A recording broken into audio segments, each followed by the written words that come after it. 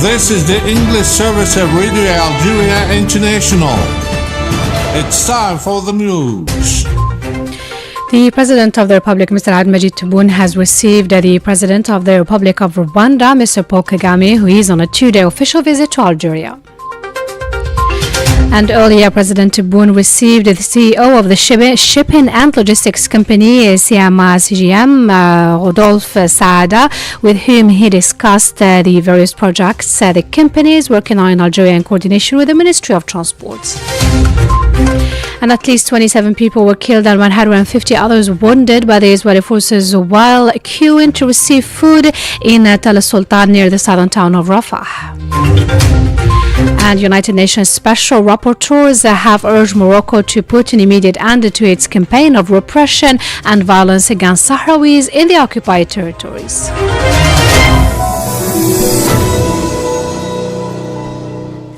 And those were the major developments. Now the full news edition. I'm Asya Abukar. Good afternoon. The President of the Republic, Mr. Abdelmajid Tebboune, has received the President of the Republic of Rwanda, Mr. Paul Kagame, who is on a two-day official visit to our country.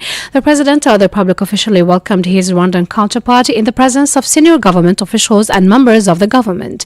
Algeria and Rwanda maintain a strong historical relations based on mutual respect, coordinated positions, solidarity, and the joint defense of African causes. These relations have experienced renewed momentum in recent years, driven by strong will and shared determination of the leaders of both countries. The visit of the President of Rwanda provides an opportunity to strengthen cooperation at all levels and deepen political consultation on regional, continental, and international issues of common interest. Bilateral relations between the two countries continue to evolve, as evidenced by the numerous meetings and visits between Algerian officials and their Rwandan counterparts, particularly since the decision of the President Abdelmajid Tebboune to open an Algerian embassy in Kigali in 2021. President Abdelmajid Tebboune has received the CEO of the shipping and logistics company CMA CGM, Rodolphe Saada. During the meeting, the two men discussed various projects that CMA CGM is working on in Algeria in coordination with the Ministry of Transport. Following his meeting with President Tebboune, Rodolphe Saada made this statement to the press. J'étais ravi de rencontrer Monsieur le Président de la République, Monsieur Tebboune. I was glad to meet the President of the Republic, Mr. Abdelmajid Tebboune, to tackle the different projects that the CMA-CGM group is working on in Algeria. With the help of the Minister of Transport, we aspire to advance on these different projects. We strongly believe in Algeria's development. I think there is a great potential. We will do everything we can to overcome operational difficulties and move towards the right direction. Et essayer d'avancer dans la bonne direction. Let's note that the company is planning several billion euros of investment in the medium term through the construction of modern port infrastructure, container terminals, and direct involvement in logistics management. Chile's ambassador to Algeria, Francisco Javier Berguno Hurtado, has described Algeria as a model of stability and development in the region, praising the quality of bilateral relations marked by dynamic cooperation and shared commitment. Following his meeting with President Abdelmajid Tebboune at the end of his mission to Algeria, the Chilean ambassador said Algeria is a model of stability and development in the region. He added that the ties between Algeria and Chile will continue to grow and prosper in the best interest of the two countries. L'Algérie m'a appris la valeur de sa riche histoire. Algeria taught me the value of its history and culture, as well as the commitment of its people to progress and peace. In all the events and meetings I attended, I admired the hospitality and the spirit of cooperation that characterize your nation. These values have been essential to the implementation of common projects in various fields, and they reflect our shared vision for a more prosperous future. During the 2.5 years of my mission in your country, we have strengthened our relations in various fields of endeavor, notably in the fields of energy and mines, parliamentary relations, multilateral cooperation, and of course culture. We have resumed our political consultations and trade between our two countries. Although modest, trade exchanges have doubled between 2023 and 2024 with a completely balanced pace. Your country is a model of stability and development in the region. I am convinced that ties existing between Chile and Algeria Algeria will keep developing and prospering in the best interest of both of us. Pour notre bénéfice mutuel. That was the Chilean ambassador to Algeria, Francesco Javier Burgundo Hortaro. And the president of the Republic, Abdelmajid Tebboune, has received here in Algiers the world-renowned Algerian artist William Grigassin, known as DJ Snake. This came to honor an artist who has proudly carried Algeria's flag on the international music scene. And the Council of the Nation has expressed its deep dismay and strong condemnation of the new deviation and deliberate renewed file of provocation by certain parties in the French Senate towards the Algerian nation. In a statement released today, it highlighted ongoing hostile actions, including welcoming members of a terrorist organization with no concern for the damage caused to bilateral ties. The statement criticized far-right supporters in official France who claim to defend freedom and justice but simply repeat the mistakes of their predecessors, failing to distinguish right from wrong. It accused them of intentionally insulting and interfering in Algeria's internal affairs, trying to undermine national unity while ignoring reality. The Council of the Nation affirmed that independent Algeria has never accepted interference in its internal affairs or threats to its sovereignty under any pretexts. You still listen to Radio Algeria International, and the Council of the Nation emphasized that under President Abdelmajid Tebboune's leadership, Algeria is strengthening its democracy, justice, and rule of law, presenting a united and resilient nation where all parts are closely connected and strong. The statement warns that Algeria will not tolerate any harmful interference, even if disguised as concern for human rights, and holds those causing tension responsible for any damage to Algerian-French relations. And now, on behalf of the President of the Republic, Mr. Abdelmajid Tebboune, the Minister of Health, Mr. Abdelhak Saihi, and the Minister of Labour, Employment and Social Security, Mr. Faisal Ben Taleb, are on a 4-day official visit to the Republic of Slovenia. Mr. Ochofi has the details. It follows the state visit to Slovenia paid last May by the President of the Republic, which was marked by the signing of several cooperation agreements in key areas of mutual interest. The two ministers will hold a series of meetings and discussions with their Slovenian counterparts to strengthen bilateral cooperation and exchange expertise and experience in the fields of health, labor, employment and social security. The Algerian ministerial delegation will also visit healthcare institutions and companies specialized in prosthetics manufacturing to learn from Slovenia's advanced expertise in the field. The visit highlights Algeria's commitment to solidarity-based diplomacy and will focus on a key item on the agenda, focusing on a health rehabilitation program for Palestinian children affected by the war in Gaza, continuing previous humanitarian efforts in support of the Palestinian cause. You're still listening to Radio Algeria International, and at least 27 people were killed and 150 others wounded by the Israeli forces while queuing to receive food in Tala Sultan near the southern town of Rafah. 2 days ago, a similar attack perpetrated near an aid distribution center near Gaza killed at least 31 Palestinians.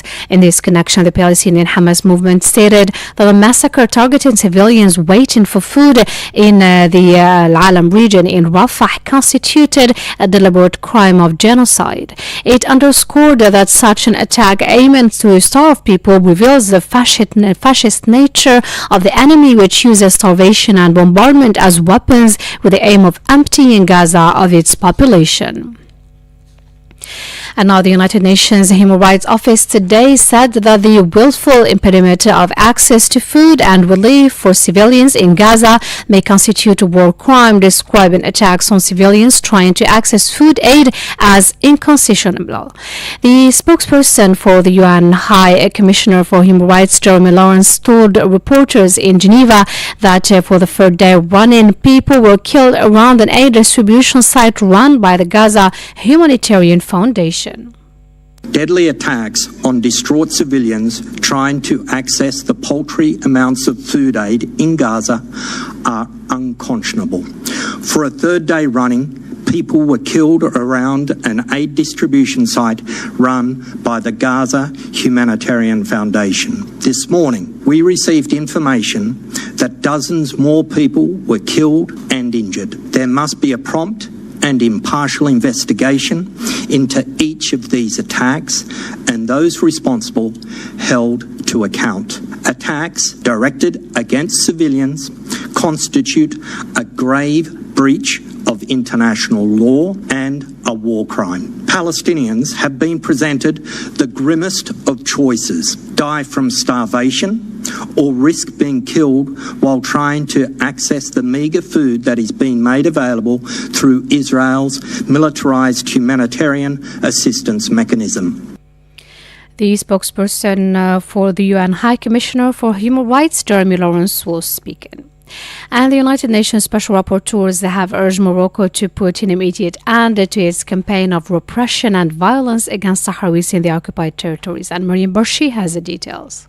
In a joint communication, 8 United Nations Special Rapporteurs announced a campaign of repression, racial discrimination and violence waged by Morocco against Sahrawi human rights defenders, journalists and supporters of self-determination in Western Sahara, which has claimed 79 victims. They urge Morocco to fulfill its international human rights obligations and to see to it that the people of Western Sahara can fully exercise their right to self-determination in accordance with international law. They also advocate respect for freedom of expression, assembly and association, and call for all allegations of abuse to be investigated and for justice to be delivered to the victims. The appeal follows a series of UN communications raising similar concerns over the past 5 years and a complaint lodged by the Working Group of Human Rights in the occupied Western Sahara, the Sahrawi Association of Victims of Grave Human Rights Violations committed by the Moroccan state, and the Collective of Sahrawi Human Rights Defenders, CODESA. Meanwhile, the League for the Protection of Sahrawi Prisoners in Moroccan jails expressed its firm condemnation and categorical rejection of the forced expulsion of the Freedom March delegation after its arrival at the port of Tangier, seeing it as a new attempt by the Moroccan regime to stifle any voice expressing solidarity with the Sahrawi people. The League also considered this action to be a direct attack on human rights and international solidarity and held Morocco fully responsible for this serious violation. The Association of Friends of the Sahrawi Arab Democratic Republics denounced the expulsion by the Moroccan authorities of at least 14 European activists and politicians who had come to Morocco as part of the Freedom March in solidarity with Sahrawi political detainees. The Freedom March, which began 2 months ago, was due to end on May 31st at the Kenitra prison in Morocco, where Sahrawi political prisoners are being arbitrarily detained. It will have covered a total distance of 3,000 kilometers. You're still listening to Radio Algeria International. And to Sudan now, humanitarian convoy comprising trucks from a World Food Programme and UNICEF was attacked in the town of Kuma in Western Sudan. The convoy was positioned in Kuma in North Darfur, awaiting authorization to travel to Al Fasher, a town besieged by paramilitaries at war with the Sudanese army. Initial reports indicate several casualties. Meanwhile, the spokesperson for the UN High Commissioner for Refugees, Ojin Pion, told a press conference in Geneva that 4 million people have fled Sudan since the war broke out 3 years ago. As of yesterday, 4 million people now have fled Sudan into neighboring country since the start of the war, now in its 3rd year. The 4 million people, a devastating milestone in what is the world's most damaging displacement crisis at the moment. If the conflict continues in Sudan, 1,000 more people, we expect 1,000 more people will continue to flee, putting regional and global stability at stake. For his part, the World Food Programme Area Coordinator Patrice, who was at the border of Chad with Sudan, said that after recent attacks, nearly 70,000 Sudanese refugees have crossed into Chad, particularly in 2 provinces in the far north of the eastern part of Chad. Refugees are coming in very dire situation. What they are reporting to us is difficult to hear. Horrendous stories of human rights violation. They are fleeing in terror. Many under fire, extortion, as they reported to us. Our UNHCR protection monitoring team, has been able to interview more than 7,000 households in protection interview, and what they are reporting harrowing account of violence. 72% of those interviewed report serious human rights violations, physical and sexual violence, arbitrary detention, forced recruitment. 60% of them say that they have been separated from the family members. So this shows you the family separation situation in which the refugees are here. Sudan risks becoming the world's largest hunger crisis in recent history as the conflict continues to rage, destroying livelihoods, infrastructure, trade routes, and supply chains. Still, with African news, and the United Nations has affirmed that the Democratic Republic of the Congo is facing one of the world's largest and longest internal displacement crises. Ms. Ochofi. According to the United Nations Special Rapporteur on the Human Rights of Internally Displaced Persons, Paula Gaviria Bittencourt, this displacement crisis is exacerbated by the ongoing occupation of North Kivu and South Kivu by AFC M23 rebel group. This crisis has had devastating effects on displaced civilians who have been victims of murders, summary executions, widespread sexual and gender-based violence, forced labor, and forced returns.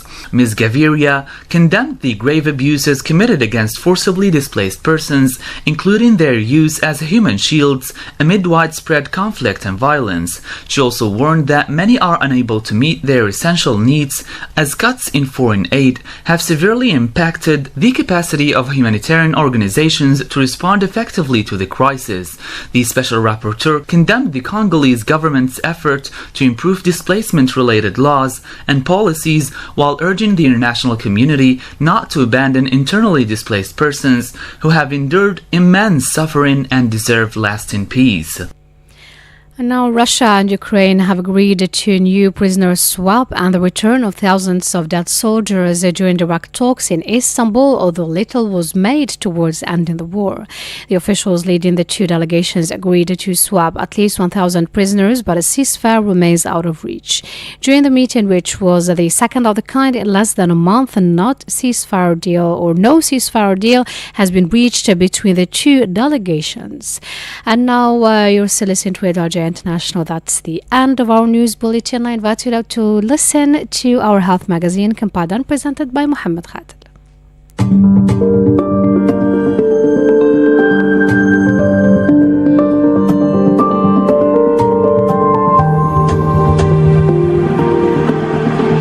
Hello and welcome to this new edition of your weekly